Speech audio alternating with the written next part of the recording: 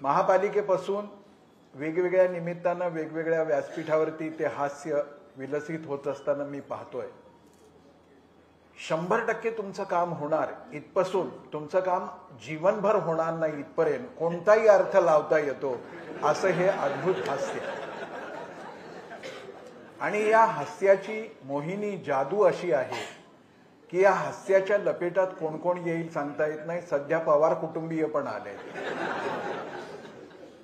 हे हास्य देवाभाऊ आपल्याला ईश्वर दत्त आहे, जन्मजात आहे की व्यक्तिमत्व विकासाच्या अभ्यासक्रमात शिकवल्यामुळे ते तुम्हाला प्राप्त झालंय?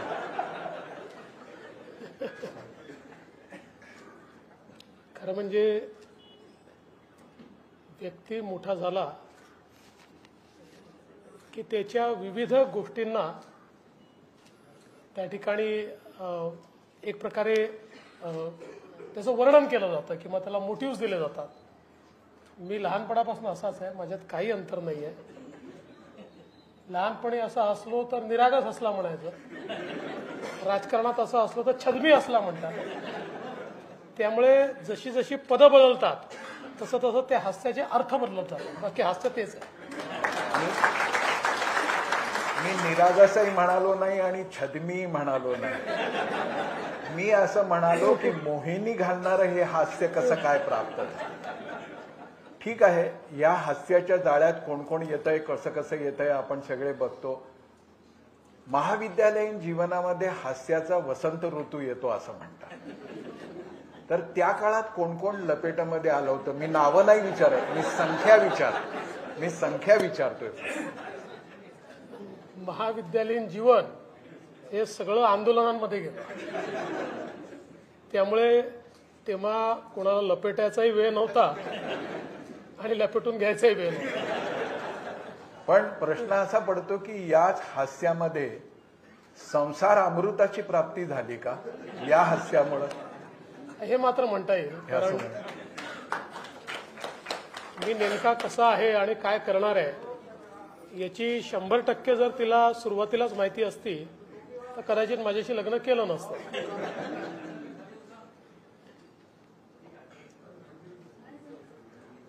हा जो प्रामाणिकपणा आहे त्यामुळं देवाभाऊंच्या हास्याकडे छद्म, राजकारण, डावपेच असं बघता येत नाही. आणि इतकं सरळ मोकळं हसणं सगळ्यांनाच जमतं अशातला भाग नाही. पु ल देशपांडे एका ठिकाणी असं म्हणाले होते, ज्याला अश्रूची किंमत कळते त्यालाच हसण्याची कला साध्य होते. अतिशय संवेदनशील माणूस असल्याशिवाय.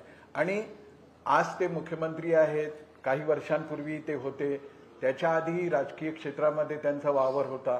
म्हणून आपण सगळे कुटुंबातले लोक असं बोलतो आहोत अशातला भाग नाही. पण खरोखर या हास्यामध्ये एक जबरदस्त सामर्थ्य आहे.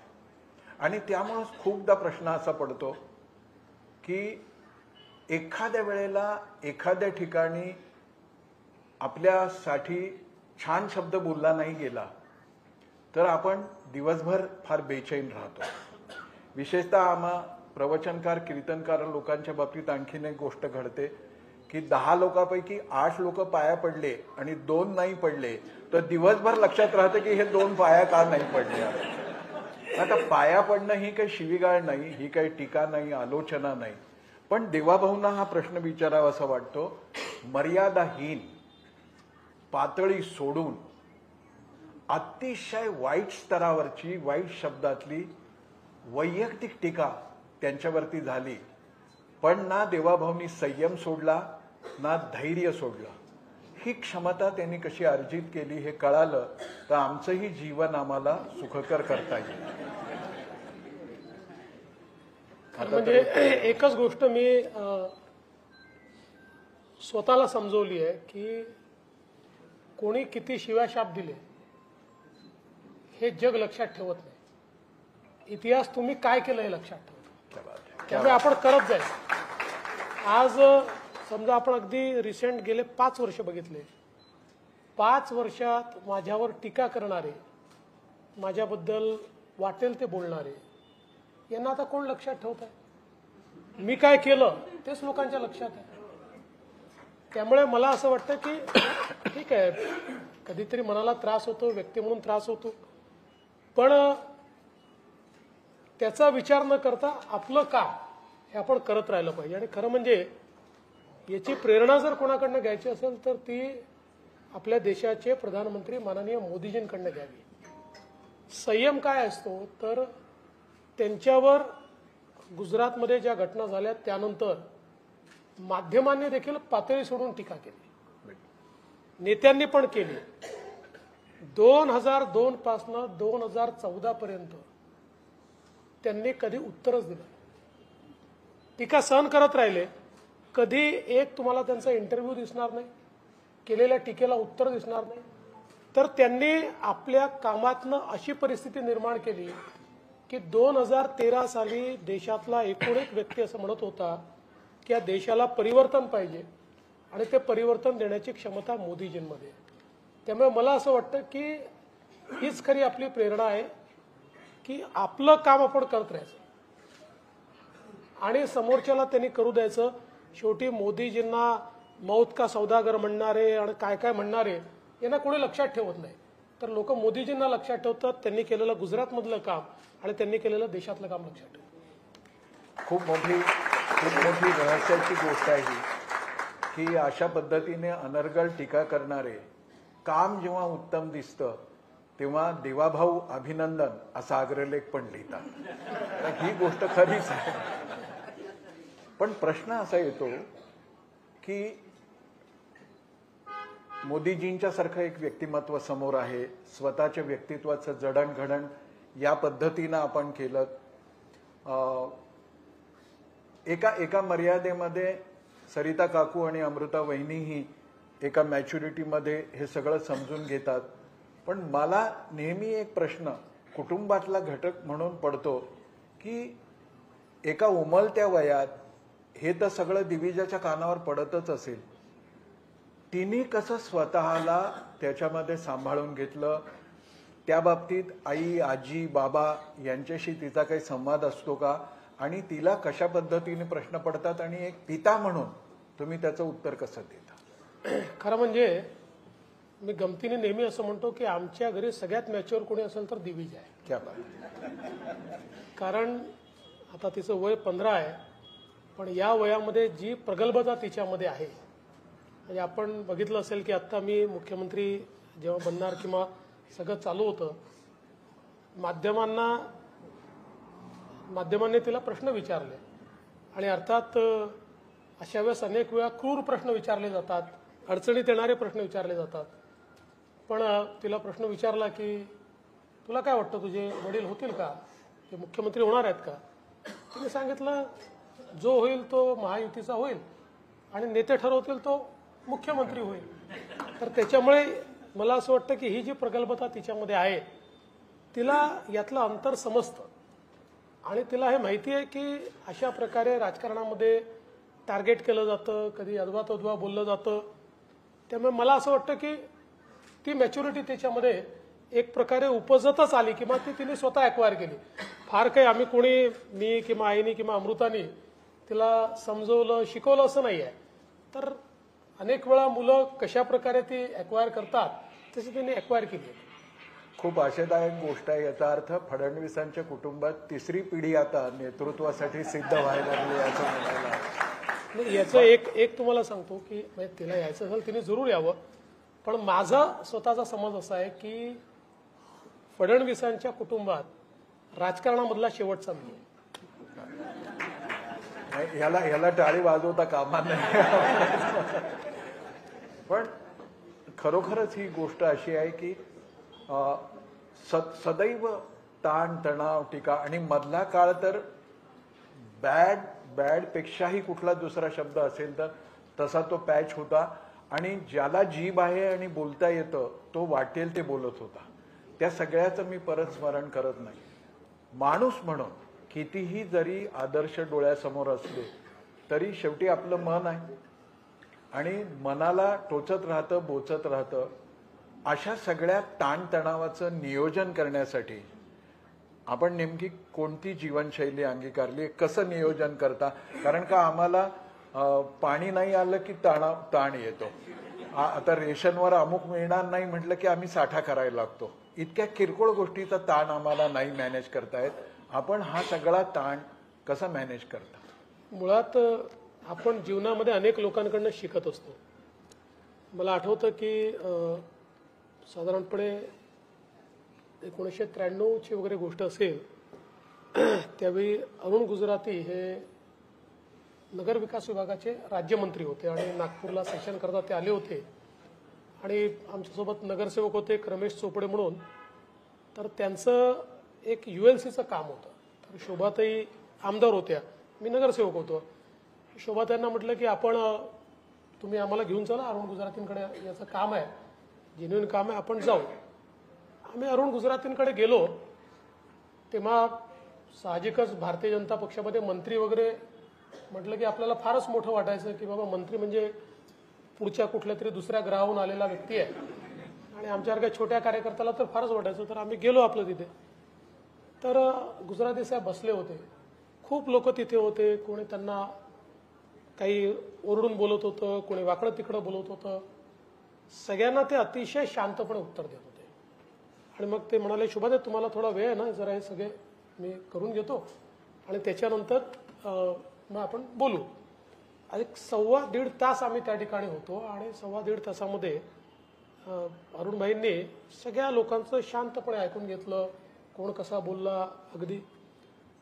आणि मग लोक गेले, मग आमचं समजून घेतलं. मग मी आणि शोभाताई त्यांच्यासोबत बसलो. मी त्यांना सहज विचारलं, म्हटलं अरुणभाई असे एकदम लोक अंगावर येतात आणि काय वाटेल ते बोलतात, तुम्ही एवढे मोठे मंत्री आहात, तुम्हाला काय वाटत नाही का? तर ते म्हणाले की बघा, मी ज्या परिवारात येतो, माझा परिवार, माझे वडील हे गांधीवादी आहेत. आपण सौभाग्याने चांगल्या घरामध्ये जन्मलो, आपल्याला चांगले संस्कार मिळाले.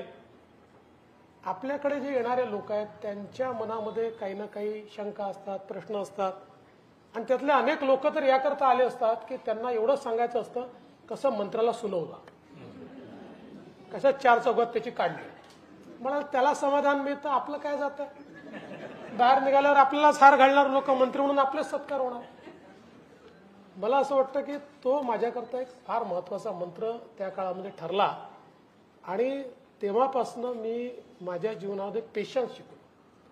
आणि मी नेहमी असं म्हणतो की पेशन्स हा राजकारणामध्ये सगळ्यात मोठा गुण जर काही असेल तर तो पेशन्स आहे. ज्याला पेशन्स आला आणि ज्याला शिव्या खाता येतात त्यांनीच राजकारणात राहिलं. ज्याला शिव्यांचा त्रास आहे त्याने राजकारण सोडून कुठलाही धंदा केला पाहिजे. तर मला असं वाटतं की ती एक सवय लागल्यामुळे मग अशा प्रकारचे काही हल्ले झाले किंवा कोणी काही उलटसुलट बोललं तर फार काही त्याचा त्रास होत नाही, त्याच्यातनं फार काही मॅनेज करावं लागत नाही. आणि मला असं वाटतं की आता तो स्वभाव झाला आहे माझा. त्याच्यामुळे मला तुम्हाला एक सांगतो की मला राग आलेला दिसला तर फार सोपा उपाय. मला राग तेव्हाच येतो जेव्हा मला भूक लागते. मला राग आलाय असं लक्षात आलं तर काहीतरी खायला दिलं की माझा राग संपला, मग राग येतो. आपण भूक लागली तर मी मात्र मग 2-4 शिव्या देऊन आज एकादशी असल्यामुळं राग येऊ देऊ नका, म्हणूनच मी उपास करत नाही. आणि उपास केला तर उपासाचं खाऊन करतो. बाहेरच्यांची टीका, बाहेरच्यांचा हेतू, हे सगळं एक वेळ. पण तुमच्या एखाद्या सार्वजनिक निर्णयाविषयीची सरिता काकू किंवा अमृताबाईंनी घरात कधी समीक्षा करताना तुमच्याशी बोलतात का? मला सांगा, असं कोणचं घर आहे की ज्याच्यामध्ये आई किंवा बायको तुमची समीक्षा करत नाही आणि तुम्ही कसे मूर्ख आहात किंवा तुम्हाला कसं थोडं कमी कळतं असं सांगत नाही. पण माझं असं मत आहे की विशेषतः आमच्या आईला, म्हणजे आईने इतके वर्ष राजकारण बघितलेलं आहे आणि सार्वजनिक क्षेत्र बघितलेलं आहे. त्यामुळे एखाद्या विषयावर आई जेव्हा मत व्यक्त करतं तर अनेकदा ते मला पटत नाही, पण तिने व्यक्त केलेलं मत खरं निघतं. त्याच्यामुळे तिला ते एक, मला असं वाटतं की एक आकलन आहे सामाजिक व्यवस्थेचं. त्यामुळे निश्चितपणे ती पण अनेकदा मत व्यक्त करते किंवा अमृता पण अनेक वेळा मत व्यक्त करते. पण शेवटी आपलं ठरलंय, आपल्याला जे वाटतं तेच करायचं. या मुद्द्यावर सगळ्या नवरे लोकांनी टाळ्या वाजवायला पाहिजे. जसा सरिता काकूंच्या ऑब्झर्वेशनचा किंवा आणखीन सामाजिक व्यक्तित्वाचा या सगळ्या सहनशीलतेमध्ये योग्य पद्धतीनं प्रतिसाद देण्यामध्ये वाटा आहे, तसं स्वर्गीय विलासजींच्या बाबतीतली एखादी आठवण आहे का की ज्यांच्यामुळं देवेंद्र हे आता देवाभाऊ होऊ शकले? नाही, खरं म्हणजे आठवणी तर खूप आहे, पण म्हणजे सगळ्यात महत्त्वाची माझ्या जीवनामध्ये कलाटणी देणारी गोष्ट जी आहे ती अशी आहे की मी विद्यार्थी परिषदेचं काम करायचो आणि विद्यार्थी परिषदेमध्ये म्हणजे पहिल्या कारसेवेला विद्यार्थी परिषदेचा कार्यकर्ता म्हणून मी गेलो होतो आणि त्याच्यानंतर परत आल्यानंतर आमचे काही आपले कॉलेजचे इलेक्शन्स वगैरे झाले आणि एक दिवस मी आणि उदय डबले वगैरे 4-5 लोक आम्ही आपले संगमसाळीच्या तिथे जे जुनं कार्यालय होतं त्याच्यासमोर फुटपाथवर बसून आम्ही गप्पा मारत होतो. तर सुनीलजी आंबेकर तेव्हा आमचे प्रांत संघटन मंत्री होते. सुनीलजी आले आणि सुनीलजींनी मला बोलवलं, म्हणाले देवेंद्र जरा ये. मी गेलो. मला असं आहे की असा निर्णय झाला आहे की तू उद्यापासनं भाजपचं काम करायचं. मला काही राजकीय क्षेत्रात यायचं नव्हतं. माझ्या जीवनातलं असं हे होतं की काही वर्ष काम करू, पूर्ण वेळ काम करू विद्यार्थी परिषदेत असं मला वाटायचं. त्यामुळे मी त्यांच्याशी बराच वाद केला. मी म्हटलं की नाही मला जायचं नाही, असं कसं. ते म्हणाले तुला माहिती आहे आपल्याकडे एकदा ठरलं की ठरलं. म्हटलं पण असं कसं. म्हटलं ठीक आहे, तुझ्या मनात काही शंका असेल, तुला बदलायचं असेल, काही करायचं असेल, तू विलासजींकडे जा. विलासजींकडे दुसऱ्या दिवशी विलासजींकडे गेलो. गेल्यानंतर विलासजींना म्हटलं विलासजी असा कसा निर्णय झाला, मला विद्यार्थी परिषदेचं काम करायचं आहे, मला भाजपचं काम करायला सांगतायत. विलासजी नेहमीच्या पद्धतीने म्हणाले अरे तो तिखट चिवडा आणलाय, तो तू खा. मग तिखट चिवडा दिला. मग विनय त्यांना बोलून पुरणाची पोळी दिली. अर्धा पाऊण तास मला खूप बोलायचं होतं पण ते खाऊच घालत होते. मग अर्ध्या पाऊण तासाने मग म्हणाले हा काय तुझं म्हणणं काय आता सांग. मी म्हटलं नाही नाही मला काय आता भाजपमध्ये काम करायचं नाही. ते म्हणाले तू स्वयंसेवक आहेस. म्हटलं हो. मग आपल्याकडे काय स्वयंसेवकाने काय करायचं असतं. म्हटलं जे सांगितलं ते करायचं असतं. मग तू काय करणार आहे. म्हटलं काम करीन भाजप. असं एका मिनिटात विलासजींनी त्यावेळी कन्व्हिन्स केलं. आणि खरं म्हणजे आमच्यामध्ये जी उपक्रमशीलता आली ती विलासजींमुळे आली. म्हणजे आज ज्या नॅशनल कॅन्सर इन्स्टिट्यूट असेल, भोसला मिलिटरी स्कूल असेल, या सगळ्या गोष्टी त्याची प्रेरणा किंवा त्याच्यामध्ये पाठबळ हे जर कोणाचं असेल, खिशामध्ये दमडी नाही आणि शेकडो कोटी रुपयाच्या प्रकल्पांचं स्वप्न बघायचं, तर हे स्वप्न बघताना आपल्या पाठीशी कोण आहे तर विलासजी आहेत. विलासजींनी सांगितलंय त्यामुळे करायचं आहे. अशा प्रकारची भावना ही विलासजींच्या बद्दल असायची. मला असं वाटतं की एकूणच जे विलासजींचं व्यक्तिमत्व होतं ते शांतपणे तुमच्या मनामध्ये ते एखादी गोष्ट रुजवायची आणि ती एकदा रुजली की ती करण्याची प्रेरणाही द्यायची आणि त्याच्याकरता तुमच्या पाठीमागे लागायचे देखील आणि तुम्हाला मदतही करायची. आणि म्हणून मला असं वाटतं की म्हणजे त्या पिढीतले जे काही आम्ही लोक आहोत यांच्या जीवनामध्ये विलासजींचं खूप महत्व आहे किंवा विलासजींशी जो काही आमचा संपर्क आला त्यातनं खूप गोष्टी आम्हाला शिकायला मिळाल्या. खरोखरच सगळ्यात कठीण संघ कार्यासाठी क्षेत्र असलेल्या उत्तर नागपूरमध्ये विलासजींनी ज्या पद्धतीनं घराघरामध्ये संबंध प्रस्थापित केले, मग अशिक्षित अडाणी माणसाला कौटुंबिक समस्येतही त्यांनी मार्गदर्शन केलं आणि देवाभाऊंसारख्या एका शिक्षित आणि स्वतःचं ठाम मत असलेल्या तरुणालाही आपल्या दृष्टीने अनुकूलतेने वळवलं आणि एक मंत्र म्हटला की आपण संघाचे स्वयंसेवक आहोत तर आपल्याला काय केलं पाहिजे तर आज्ञा पाळली पाहिजे. अशी आज्ञा देवाभाऊ उपमुख्यमंत्री व्हा असं जेव्हा सांगितलं गेलं तेव्हाही हाच भाव होता. पण शेवटी चेहरा लपत नसतो. जरी हास्य असलं तर इतना जो तुम मुस्कुरा रहे हो क्या गम है जिसको छिपा रहे, हे आमच्यासारख्यांना तरी काय म्हटलं आता पितृतुल्य म्हटलं ना मला आता तर कळतं. तर त्यावेळेला आज्ञापालन आणि मनाची घालमेल याचा बॅलन्स कसा काय जमतो? नाही, याचं कारण काय होतं की ज्यावेळेस हे परिवर्तन होत होतं आणि आम्ही सगळा निर्णय केला त्यावेळी सुरुवातीला मी अशी विनंती केली होती की आपण शिंदे साहेबांना मुख्यमंत्री करू आणि मी सरकारच्या बाहेर राहील. आणि मी त्याचं कारणही सांगितलं होतं की लोकांना असं वाटेल की बाबा हा किती सत्तेचा भुकेला आहे की कालपर्यंत मुख्यमंत्री होता, आता पुन्हा सत्ता पाहिजे तर हा मंत्रिमंडळात चालला. आणि मी म्हटलं की माझ्यासारख्या व्यक्तीला अशी टीका किंवा अशा प्रकारचा भाव हा काही मला आवडणार नाही, म्हणून मला पक्षाचं काम द्या, बाहेरून सरकार चालवू, आपण बाहेरून त्यांना मदत करू आणि मी पक्ष वाढवतो. आणि सुरुवातीला जवळपास हे ठरलं होतं, पण नंतर पक्षामध्ये तो निर्णय बदलला. आणि निर्णय बदलल्यानंतर ज्यावेळेस मला हे सांगितलं, आणि आज तुम्ही मला विचाराल तर मला असं वाटतं की वरिष्ठांनी जो काही विचार केला तो बरोबर होता. मला त्यांनी सांगितलं की बघ, शेवटी अशा प्रकारचं एक नवीन सरकार चालवायचं आहे, कोएलिशनचं सरकार चालवायचं आहे, सगळ्यात मोठा पक्ष आपण, मुख्यमंत्री आपला नाही आहे. अशा परिस्थितीमध्ये सरकार नीट चालवायचं असेल तर तुझ्यासारख्या अनुभवी माणसाला आत असलं पाहिजे. आणि सगळ्यात महत्त्वाचं जे मोदीजींनी मला सांगितलं की कुठल्याही परिस्थितीमध्ये एक्स्ट्रा कॉन्स्टिट्युशनल अथॉरिटी बनून सरकार चालवलं, बाहेरून सरकार चालवलं तर ते सरकार नीट चालत नाही. आणि जो आतमध्ये आहे तोच सरकार चालवू शकतो. कॅबिनेटमध्ये राहून सरकार चालवता येतं, कॅबिनेटच्या बाहेरून चालवता येत नाही. त्यामुळे आमचं सगळ्यांचं मत आहे की तू गेलं पाहिजे. तर मी त्या क्षणी हो म्हटलं, पण मनामध्ये ही भावना निश्चित होती की लोक काय म्हणतील.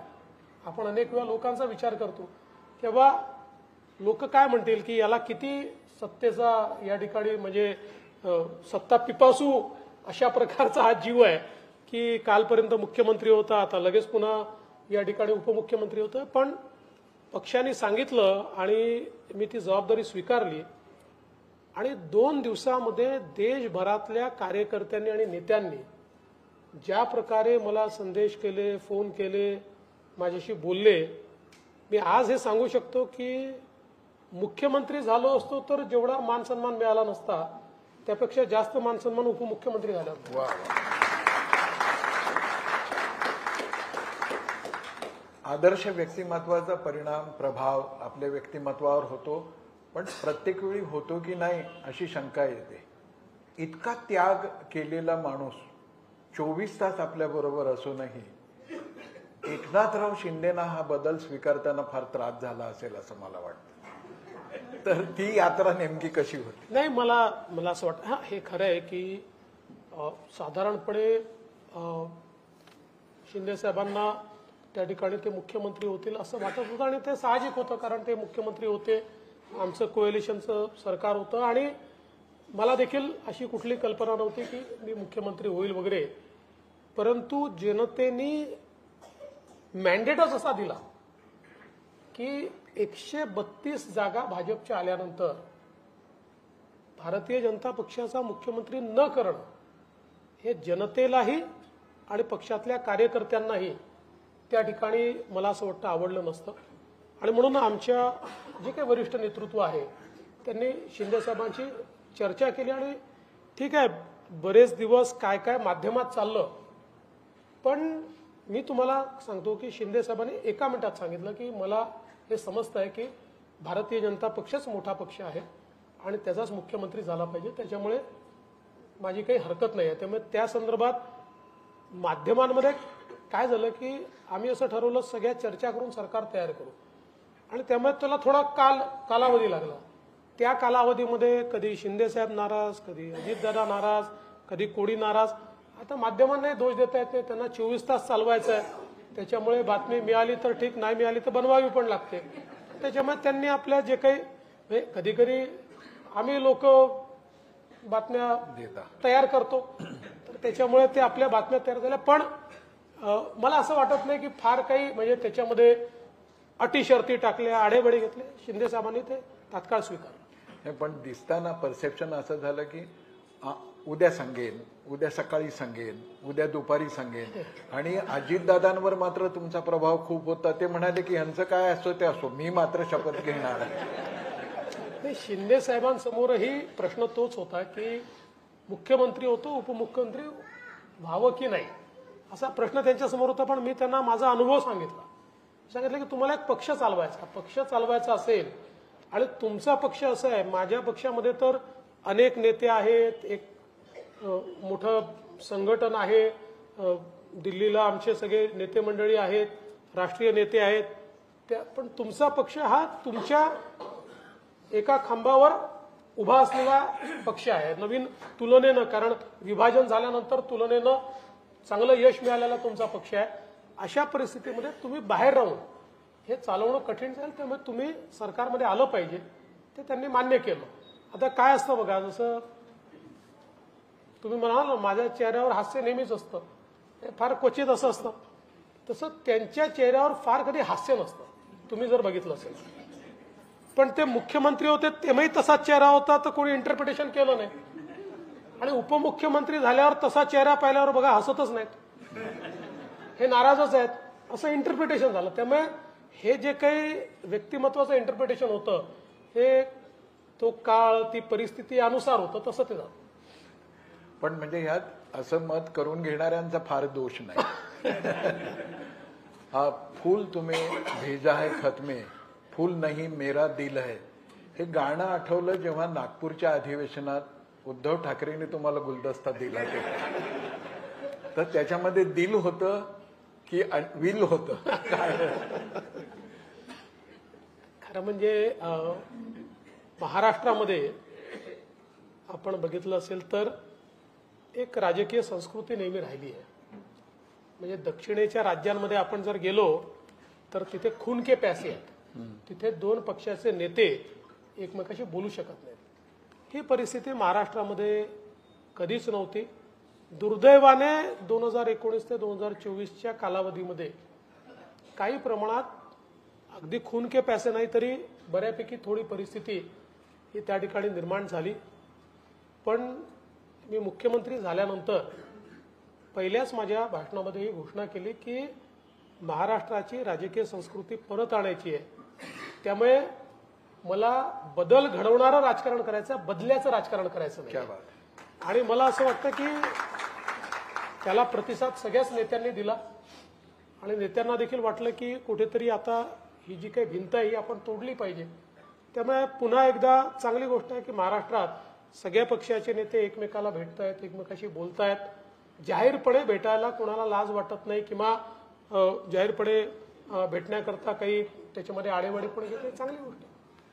पण असं एकमेकाला समजून घेता घेता घेता पवार साहेब एकदम संघाची स्तुतीच करायला लागले, तेव्हा लोकांना असं वाटायला लागलं की हे हृदय परिवर्तन आहे की एका नव्या तडजोडीच्या दिशेनं वाटचाल सुरू झाली. खरं असं आहे की लोकसभेच्या निवडणुकीमध्ये ज्यावेळी एक फेक नरेटिव्ह तयार करण्यामध्ये महाविकास आघाडीला यश आलं महाराष्ट्रामध्ये, आणि ते यश आल्यानंतर महाविकास आघाडीला एक ओव्हर कॉन्फिडन्स देखील आला की आपण अशा प्रकारचा फेक नरेटिव्ह लोकांमध्ये रुजवून सत्तेवर येऊ शकतो. आणि आमच्याकरता देखील तो एक धक्का होता. आम्ही लोकसभेच्या निवडणुकीमध्ये किमान महाराष्ट्रामध्ये तरी माझ्यासहित सगळे ओव्हर कॉन्फिडन्समध्ये होतो. आम्हाला असं वाटत होतं की आपण जिंकतोच आहे. त्यामुळे हे जे सांगतायत संविधान बदलणार आणि हे होणार, याचा काही लोकांवर असर होणार नाही. किंवा जे काही वोट जिहाद त्यांनी सुरू केला होता तर याचा काही फार असर होणार नाही. पण दुर्दैवाने ज्यावेळेस त्याचा असर झालेला बघितला आणि त्याच्यानंतर महाराष्ट्राच्या निवडणुका जवळ होत्या आणि त्यावेळी विचार परिवाराला देखील आम्ही ही विनंती केली की राजकारणामध्ये तुम्ही काम करत नाही किंवा राजकारण हा काही तुमचा प्रांतही नाही, पण आत्ताची परिस्थिती अशी आहे की अराजकतावादी ताकदी ज्या आहेत, ज्या शक्ती आहेत, या शक्तींच्या विरुद्ध राष्ट्रीय विचारांच्या शक्तींनी उतरण्याची गरज आहे. आणि मला असं वाटतं की राष्ट्रीय विचाराच्या ज्या शक्ती आहेत की ज्यांचा मूळ विचार परिवार हा राष्ट्रीय स्वयंसेवक संघ आहे, अशा विविध क्षेत्रातल्या लोकांनी केवळ अराजकतेच्या विरुद्ध लढायचं आहे म्हणून या निवडणुकीमध्ये आपापली भूमिका आपापल्या क्षेत्रात अतिशय उत्तमपणे निभावली आणि त्यामुळे जो फेक नरेटिव्हचा बागुलबुवा किंवा काय म्हणतात त्याला एक मोठा फुगा हा तयार झाला होता, त्याला 1 मिनिटात टाचणी लागली आणि लोकसभेपेक्षा विधानसभेचे निकाल हे पूर्णपणे वेगळे लागले, किंबहुना विधानसभेत महाविकास आघाडी धून निघाली. शरद पवार साहेब अतिशय चाणाक्ष आहे. त्यांनी निश्चितपणे याचा अभ्यास केला असेल की एवढं मोठं आम्ही तयार केलेलं वायुमंडल हे 1 मिनिटात पंक्चर झालं तर ही करणारी शक्ती कोण. आणि मग त्यांच्या हे लक्षात आलं की ही शक्ती जी आहे ही नियमित राजकारण करणारी शक्ती नाही आहे, ही राष्ट्रकारण करणारी शक्ती आहे. आणि म्हणून त्यांनी त्या शेवटी प्रतिस्पर्ध्याचंही कधीतरी कौतुक करावं लागतं, त्या हिशोबाने त्यांनी ते कौतुक केलं असावं असं माझं मत आहे.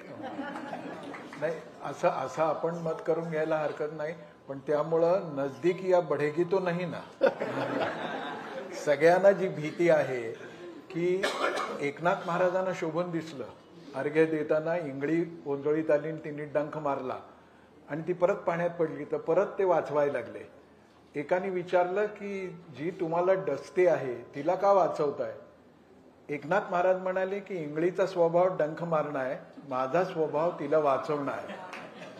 हे संताला शोभून दिसतं, राजकारण्यांना शोभून दिसत नाही, इतकंच या निमित्तानं. नाही, म्हणूनच मी तुम्हाला एक सांगतो की तुम्ही जर 2019 नंतर माझं वक्तव्य बघितलं असेल तर ते थोडं गार्डेड असतं.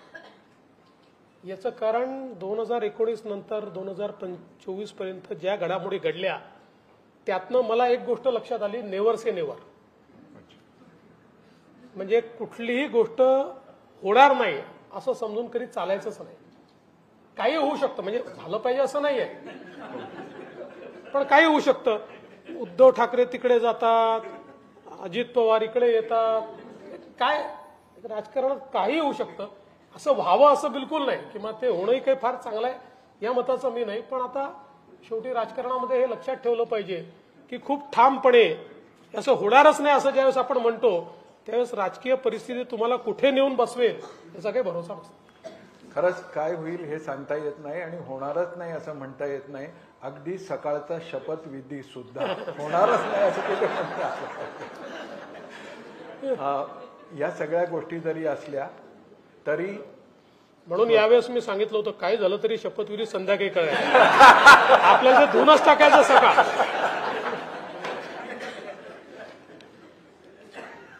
सकाळ धार्जिणा नाहीये असं त्याचा अर्थ झाला. या सगळ्या गोष्टी आहेत, ताणतणावाचं नियोजन, टीका आलोचना, कोणत्याही पातळीवरची सगळं सहन करणं. यात देवाभाऊ आपला एक स्वभाव खूप लक्षात येतो, जाणकारांच्या येतोच पण सामान्य माणसांच्याही येतो.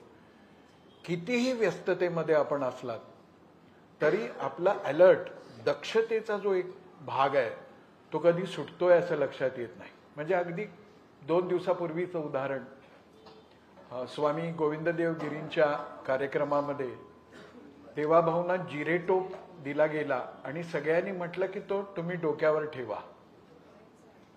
पण एक क्षण असा होता की ते टीव्हीवर बघणाऱ्या माझ्यासारख्याच्या छातीत धस्स झालं की आता हा टोप खरंच जर त्या लोकांनी आग्रहाने, मोदी टोपी नको म्हणू शकतात ती वेगळी गोष्ट आहे, पण जिरे टोप डोक्यावर घातलास तर काय होईल. पण त्या क्षणी देवाभाऊंनी सांगितलं की नाही, मी ह्या टोपाला फक्त नमस्कार करू शकतो, हा डोक्यावर घालायचा अधिकार फक्त शिवाजी. ही जी दक्षता आहे, हा जो एक नेमकेपणा आहे, खरं म्हणजे अशा प्रश्नोत्तराच्या कार्य पारिवारिक असल्यामुळं वैयक्तिक अनुभव सांगतो. पहिल्यांदा आपण जेव्हा मुख्यमंत्री झालात तेव्हा आपलं एक शाही स्वागत नागपुरात झालं.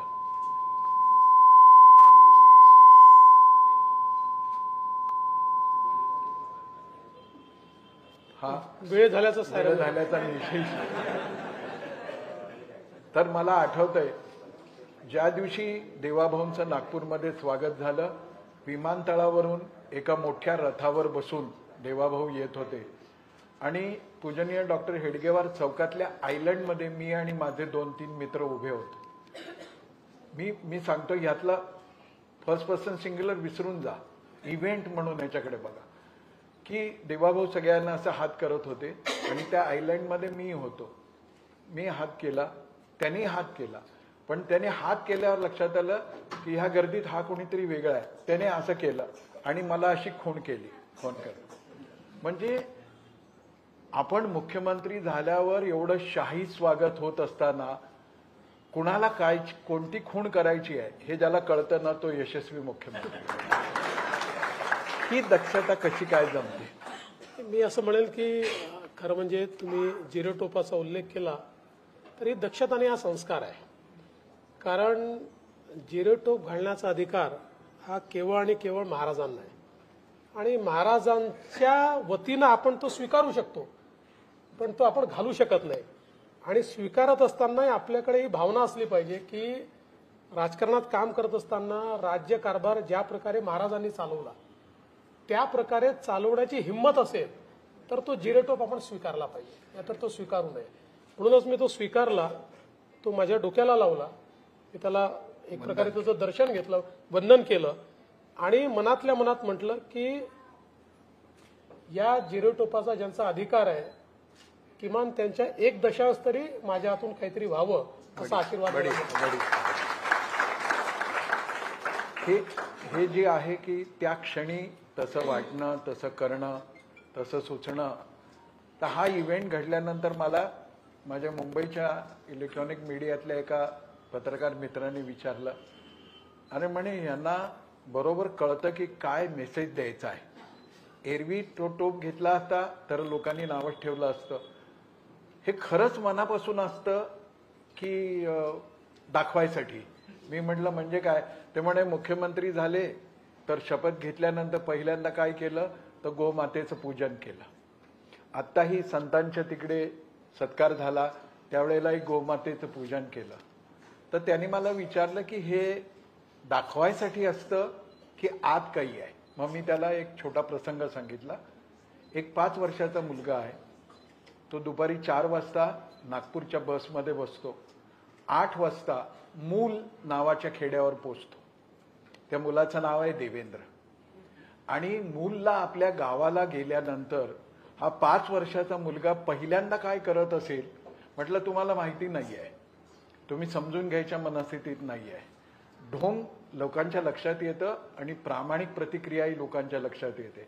हा 5 वर्षाचा देवेंद्र घरी गेल्यानंतर पहिल्यांदा गोठ्यात जात असे आणि गाय वासरांच्या अंगावरून हात फिरवत असे.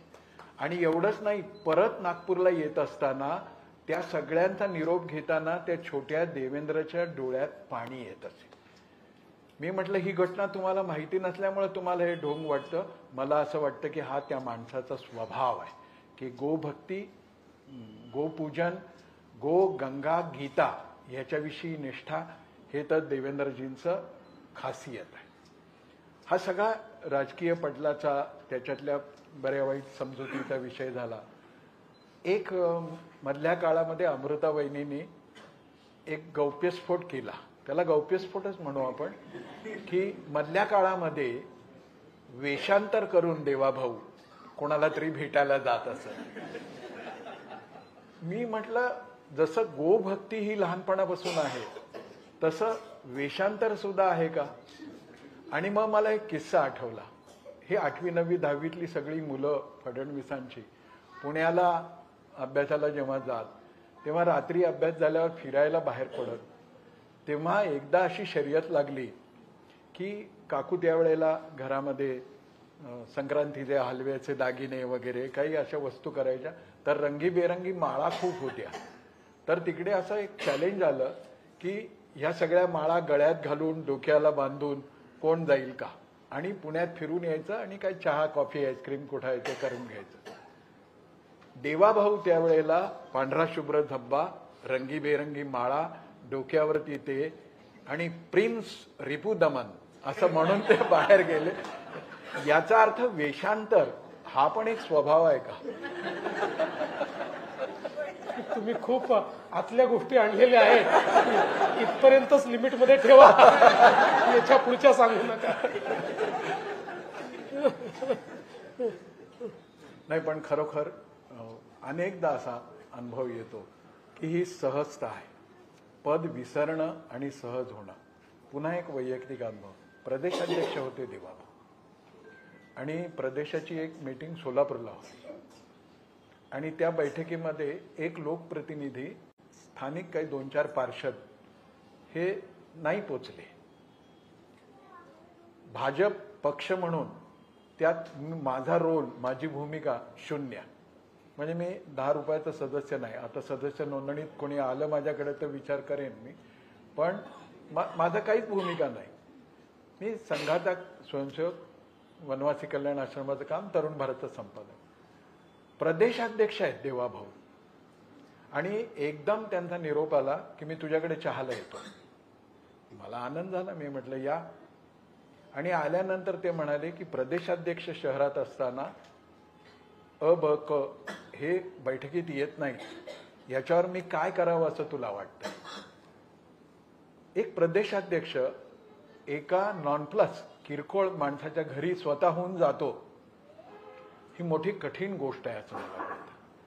इतकी सहजता त्यांच्या व्यक्तिमत्वामध्ये आहे आणि ह्यात दाखवणं मुद्दाम, त्यावेळेस काय पत्रकारांना घेऊन ते माझ्याकडे थोडेच आले होते, पण इतक्या सहजतेने संवाद करणं, ह्यामुळं दिवसेंदिवस देवाभाऊंचं व्यक्तित्व आणि खरोखर सुरुवातीला जसं सांगितलं की देशभर त्यांच्याविषयी माध्यमामध्ये, क्वचितच माध्यमामध्ये एखाद्याबद्दल इतकं सातत्याने चांगलं बोललं जातं, विशेषतः इलेक्ट्रॉनिक मीडियामध्ये, पण देवाभाऊंच्या बद्दलचा अतिशय पॉझिटिव्ह असा अप्रोच आहे.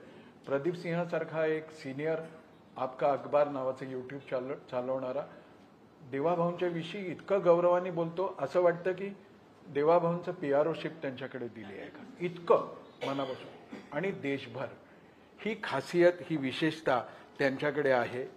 हा निरभिमानी स्वभाव पदावर राहून सुद्धा हा कसा काय शक्य? आता एक सिक्रेट तुम्ही जाहीर केलं, आता मंत्रालयात मी भेटायला येईन तेव्हा खाऊचा डबा घेऊन येईन. पण हा निराभिमान, इतकी सहजता म्हणजे एका सरपंचाकडे नसते, ही एका मुख्यमंत्र्याकडे कशी? खरं म्हणजे आपण ज्या संस्कारातून आलो त्या संस्कारांनी आपल्याला एकच गोष्ट शिकवली की पद जे आपल्याला मिळतं ते खरं म्हणजे सन्मानाकरता मिळत नाही. पद आपल्याला मिळतं ते सेवा करण्याकरता मिळतं. आणि मुळातच इतकी पदं मिळाली, पण पदांवर गेल्यानंतर काही आपल्यात बदल झालाय असं मला वाटलंच नाही. की काय आपल्याला शिंग फुटले आहेत की कुठला तरी मुकुट मिळालेला आहे असं कधी वाटलंच नाही. त्यामुळे हा सहज स्वभाव आहे. म्हणजे आणि मला असं वाटतं की केवळ बोलण्याकरता मी म्हणत नाही, पण जो काही संघात संस्कार मिळाला त्याच्यामुळे आपल्याला जबाबदारी मिळाली असंच वाटतं. आणि परवा मी खूप दिवसांनी चाणक्य नाटक पाहायला गेलो होतो, आपल्या मनोज जोशींचं. त्या नाटकामध्ये एक डायलॉग फार चांगला आहे. त्यात तो चाणक्य चंद्रगुप्ताला असं म्हणतो की राजा होना ये सुखी होने का माध्यम नाही आहे. आपल्याकडे अनेक लोकांना असं वाटतं की पद हे आपल्या व्यक्तिगत सुखाकरता आपल्याला मिळालेलं आहे, आणि ते ज्यावेळेस वाटतं त्यावेळेस मग त्याचा एक अभिमान आपल्या मनामध्ये जातो किंवा अनेक गोष्टी त्यातनं आपल्यामध्ये तयार होतात. मी असं म्हणणार नाही की मी अगदी कुठला तरी साधू संत आहे किंवा अशा प्रकारचं नाही आहे, पण मला असं वाटतं की या संस्कारांनी माझा स्वभावच तसा केलेला आहे की कुठल्याही, म्हणजे मी तुम्हाला सांगतो की ज्यावेळी मी गाडीने जात असतो, पुण्यात असतो, नागपुरात कुठेही जात असतो आणि अनेक वेळा ट्रॅफिक थांबवतात, मला दडपण येतं. मला असं वाटतं की काय करतायत हे लोक. माझा, तुम्ही जर पुण्याच्या ट्रॅफिक DCPशी किंवा CPशी जर बोललात तर दर माझ्या व्हिजिटमध्ये त्यांच्याशी माझा वाद होतो की इथे तुम्ही थांबवला होता. ते म्हणतात नाही आम्ही एकाच मिनिटाकरता थांबवला होता. तर हा स्वभाव झाला. म्हणजे हे कधी आपल्याला, आपण मोठ्या पदावर आहोत तर आपल्याला काहीतरी स्पेशल मिळालं पाहिजे. अशा प्रकारची भावनाच येते, प्रिव्हिलेजची भावनाच येते. म्हणून तर आता वेगवेगळ्या दौऱ्यात पोलिसांची सलामीवर तुम्ही नियंत्रण आणलं. मला तर आधी असं वाटलं उद्धव ठाकरेंनी गुच्छ दिल्यापासून त्यांनी पोलीस ऑफिसरना सांगितलं की आता मला गुच्छ देऊ नका. त्यांचा काय हेतू असेल काय सांगता येत नाही. पण ही निरलसता, सहजता, निराभिमान वृत्ती आणि त्यातून तटस्थ राहायचं. आमचे यशवंतराव केळकर असं म्हणत अनअटॅच्ड इन्व्हॉल्वमेंट आणि अनइन्व्हॉल्वड अटॅचमेंट ही कार्यकर्त्यामध्ये असली पाहिजे. मला प्रसंग आठवतो, जबलपूरला देवाभाऊंच्या भाचीच्या लग्नात आम्ही 2 दिवस एकत्र होतो आणि या 2 दिवसामध्ये प्रशांतजींच्याही लक्षात आलं की एकदाही मुख्यमंत्री होते पहिल्या वेळेचे आणि एकदाही मुंबईतून फोन नाही किंवा यांनी असं उसाचे भरून कोणाला तरी फोन केला आणि काय होईल. तेव्हा प्रशांतजींनी विचारलं की अरे तुम्ही सीएम आहात पण तुमचा फोन एकदाही वाजला नाही. म्हणजे आमच्याकडे वॉर्डाचा अध्यक्ष असला तरी बैठकीत त्याचा फोन इतके वेळा वाजतो आणि तो म्हणतो हां देवेंद्रजी बोला, म्हणजे सगळ्यांना वाटावं की देवेंद्रजींनी फोन केला आहे आपल्याला. हे सगळं चालतं. आणि हे इतकं 2 दिवस कुटुंबातला म्हणजे कुटुंबातला होऊन राहणं ही पण फार मोठी गोष्ट आहे. हेही कसं जमतं की परिवारासाठी आपल्याला आपलं सगळं बाजूला ठेवायचं. ते परिवार असेल, मित्र असतील, यांच्यामध्ये गेल्यानंतर मला असं वाटतं की ज्याला आपण रिज्युविनेट म्हणतो तशा प्रकारे आपण होत असतो. कारण आपलं जीवन अतिशय साचेबद्ध आहे.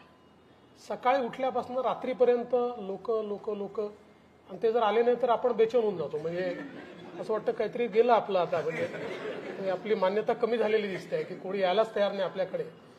तर त्याच्यातनं कुठेतरी आपल्याला जेव्हा आपण बाहेर पडतो, म्हणजे जुन्या मित्रांमध्ये आपण बसतो किंवा परिवारात बसतो आणि आपलं पद वगैरे विसरून ज्यावेळेस आपण त्यावेळी, तर मला असं वाटतं की त्यातनं एक नवीन जीवन मिळतं आपल्याला, एक रिज्युविनेशन आपलं होतं, ऊर्जा मिळते, एक चांगल्या प्रकारची ऊर्जा मिळते. ते मला अशा प्रकारे आवडतं. म्हणजे अशा संधी कमी मिळतात पण जेव्हा मिळतात तेव्हा मी त्याचा उपयोग घेतो. अजूनही असं एकदम बिनटपाची जीप काढून मित्रांबरोबर फिरावं वाटतं की नाही? असं वाटतं, पण आता मी एवढंच करतो की मला ड्रायव्हिंगचा शौक आहेच.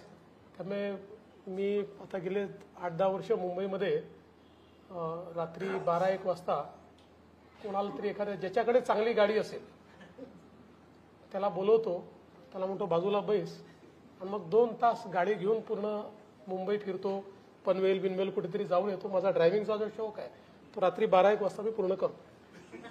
मला वाटलं मरीन ड्राईव्हवरच फिरता की काय. गमतीचा भाग असा आहे की कुटुंबासाठी वेळ देणं, कुटुंबातल्यांबरोबर जाणं आणि त्यातून नवीन ऊर्जा प्राप्त होणं, त्या ऊर्जेचा हे व्यक्तिमत्व कसा वापर करतं ह्याचं एक छोटं उदाहरण सांगतो. पहिल्या वेळी जेव्हा ते मुख्यमंत्री होते तेव्हा महापालिकेचा चुनाव लागला होता आणि उमेदवारांची निवड करायची होती. तर संघटन मंत्री, प्रदेशाध्यक्ष आणि मुख्यमंत्री असे 3 जण संध्याकाळी 5 वाजता यादी करायला बसले, कोण कोण कसं कसं कसं.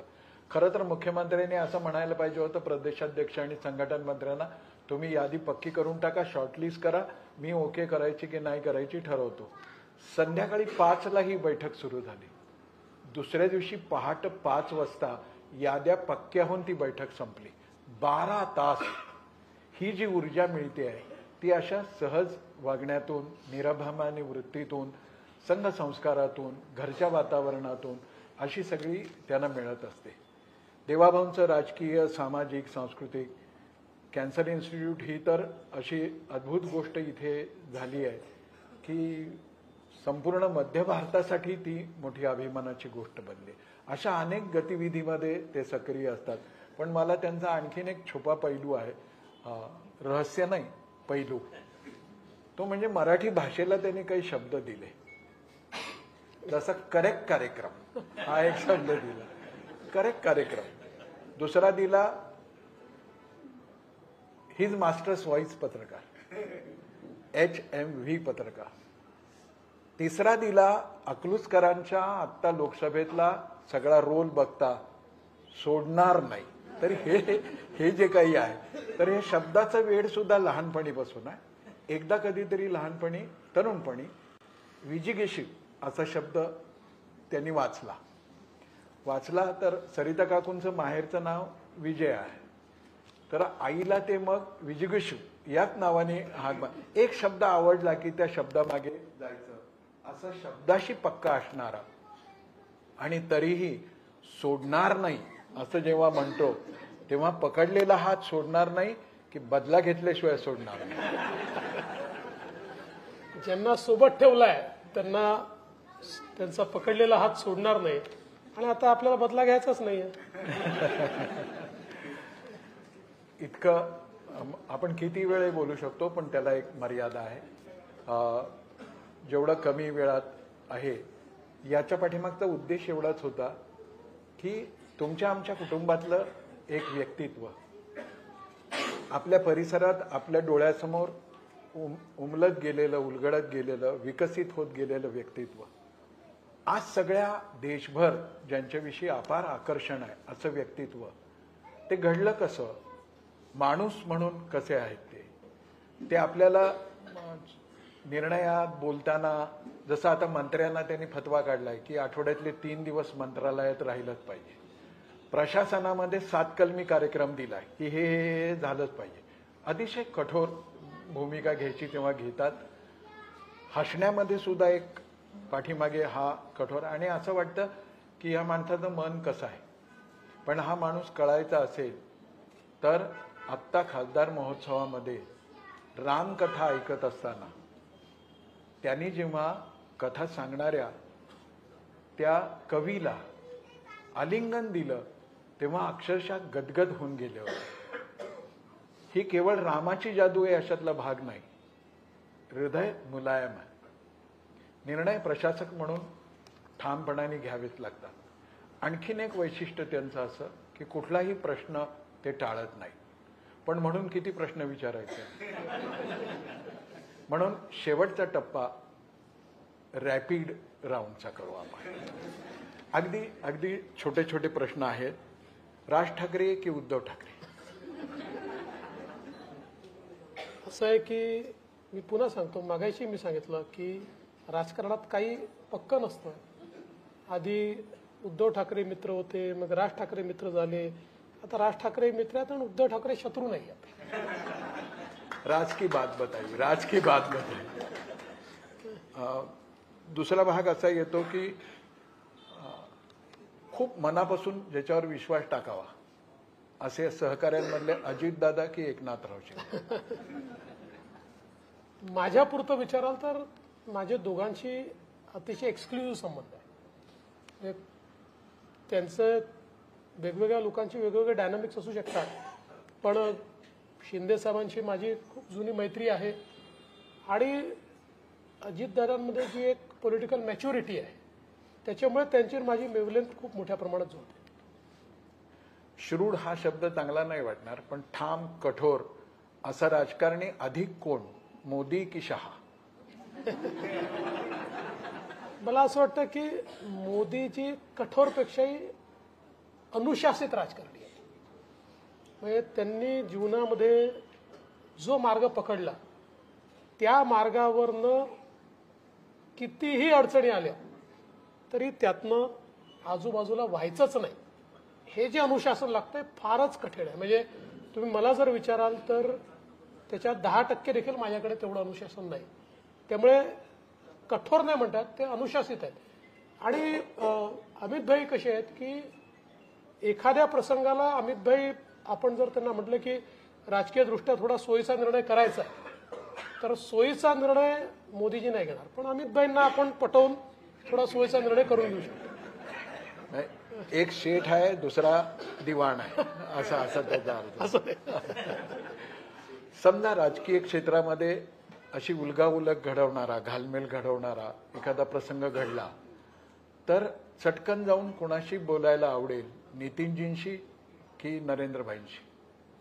नितीनजीच अवेलेबल आहेत ना. नरेंद्रभाई कडे राष्ट्रीय प्रश्न, आंतरराष्ट्रीय प्रश्न आहेत आपण आपले छोटे छोटे प्रश्न घेऊन पुढे. पण एक मी निश्चितपणे आपल्याला सांगतो की मोदीजींची एक ही पण म्हणजे एक गोष्ट सगळ्यांनी जाणून घेण्यासारखी आहे की आपल्याकरता, आपल्या कुटुंबाकरता, हे मीच नाही, कोणीही जे काही प्रमुख नेते आहेत, आमदार आहेत, खासदार आहेत, यांनी वेळ मागितला तर ते वेळ देतात आणि अतिशय ज्याला कौटुंबिक अशा प्रकारची चर्चा करतात.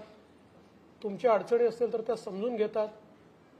त्यामुळे मुळात मोदीजींचा जो स्वभाव आहे हा जरी वरून कठोर दिसत असला तरी तो फार इमोशनल आहे आणि एक त्यांचा कनेक्ट असतो. त्यामुळे आपण काही प्रधानमंत्र्याला रोज भेटायला जाऊ शकत नाही, पण जेव्हा आपण भेटतो त्यावेळेस त्यांच्याशी मनातल्या 4 गोष्टी बोलता येतात. आणि त्यांच्यातला दुसरा मोठा गुण आहे की ते किती वेळ ऐकून घेतात. ऐकून घेतात. ऐकून घेण्याची त्यांची जी क्षमता आहे, जसं तुम्ही मगाशी बोललात, तुम्हाला एक उदाहरण सांगतो की आमची इलेक्शन कमिटीची बैठक होती, आजही होती, पण आज या कार्यक्रमामध्ये मी गेलो नाही. तर लोकसभेच्या वेळी आमच्या त्या बैठकीची सुरुवात दुपारी 3 वाजता झाली आणि साधारण सकाळी 4 वाजेपर्यंत बैठक चालली. 3 वाजतापासून सकाळी 4 वाजेपर्यंत आम्ही सगळे 2-3दा तरी उठून बाहेर गेलो, नित्यक्रमा कशा करता तरी गेलो. मोदीजी उठलेच नाही. आणि या पूर्ण काळामध्ये शेवटचे 25 मिनिटं फक्त ते बोलले, बाकी सगळं ऐकून घेतलं. ही जी त्यांची ऐकण्याची क्षमता आहे, किंवा जेव्हा राष्ट्रीय अधिवेशन होतं, 2 दिवस राष्ट्रीय अधिवेशन असतं, त्या 2 दिवसात पूर्ण वेळ राष्ट्रीय अधिवेशनात ते बसतात, एक शब्द बोलत नाही, सगळं ऐकून घेतात आणि शेवटचं भाषण करतात. मला असं वाटतं की ही एक त्यांची जी क्षमता आहे ऐकून घेण्याची, ती फार महत्वाची. अनुशासन पाळायचं म्हणून राष्ट्रीय अध्यक्ष व्हा म्हटलं तर व्हाल की मुख्यमंत्री राहायला आवडेल? जे पक्ष सांगेल ते करायचं. मी तुम्हाला एक सांगतो बघा, माझं एक नेहमी म्हणणं आहे की देवेंद्र फडणवीस हा इतका मोठा झाला, ठीक आहे, त्याची क्षमता होती म्हणून नाही झाला, त्याच्या पाठीशी पक्ष उभा होता म्हणून झाला. आज या महाराष्ट्रामध्ये भारतीय जनता पक्षात अनेक नेते होते, कदाचित काही माझ्यापेक्षा चांगले असतील, त्यावेळी त्यांना संधी नाही मिळाली, मला संधी मिळाली, पक्षाने दिली. त्यामुळे माझं ठाम मत आहे की माझ्या पाठीमागचं भारतीय जनता पार्टी जर काढून टाकली तर फार कोणी मला विचारणार नाही, किंवा माझा असा गैरसमज देखील नाही की मी स्वतःची पार्टी तयार करून या ठिकाणी काहीतरी खूप मोठं काम करू शकतो, कारण 2 वेळा मुख्यमंत्री झालो, सगळ्यांचे डिपॉझिट जप्त होतील माझ्यासहित मी जर भारतीय जनता पार्टी शिवाय उभा राहिलो तर. त्यामुळे मला हे पूर्णपणे माहिती आहे की माझी जी ओळख आहे, आणि खरं तर आपण एक लक्षात घेतलं पाहिजे की महाराष्ट्राच्या सामाजिक व्यवस्थेमध्ये माझ्यासारख्या सामान्य कार्यकर्त्याला मुख्यमंत्री बनवण्याची रिस्क घेणं ही भारतीय जनता पार्टी आणि मोदीजीच घेऊ शकतात.